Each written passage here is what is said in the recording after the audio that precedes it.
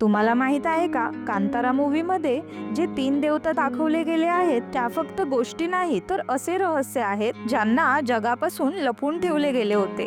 खूप प्राचीन काळात वराह देवतांना 5 पुत्रांची प्राप्ती झाली होती, पण नियतीला काही वेगळेच मंजूर होते. त्या 5 पुत्रांपैकी एक नवजात त्यांच्यापासून दुरावला गेला. एकटाच भुकेला तहानलेला मृत्यूच्या दारात पोहोचला होता. तेव्हा माता पार्वती तिथून जात असताना त्यांनी त्या नवजात बालकाला पाहिले. त्या बालकाला वाईट स्थितीत पाहून माता पार्वती मधील मातृत्व जागृत झाले. त्यानंतर त्यांनी त्या बालकास स्वतःसोबत कैलाश पर्वतावर नेले व त्या बालकास स्वतःच्या मुलासारखं जपू लागल्या. वर्ष सरली आणि त्या बालकाचे मोठा होऊन एक भयानक वराहात रूपांतर झाले. त्याचे भले मोठे दात आणि शक्ती अग्नीसारखी, पण त्या शक्तीने त्याला पीडाही होत होती. त्या शक्तीमुळे त्याच्या शरीराला खूप खाज उठणे चालू झाले होते आणि त्यावर उपाय म्हणून तो धर्तीवरील पिकांवर स्वतःचे शरीर घासू लागला. त्यामुळे पिकांचे खूप नुकसान झाले. लोक भुकेमुळे तडपू लागले आणि संसार रडू लागला. तेव्हा महादेवाने हे सगळे बघितले व सृष्टीच्या कल्याणासाठी त्या वराहाचा वध करण्याचा निश्चय केला. पण जेव्हा माता पार्वतींना हे कळले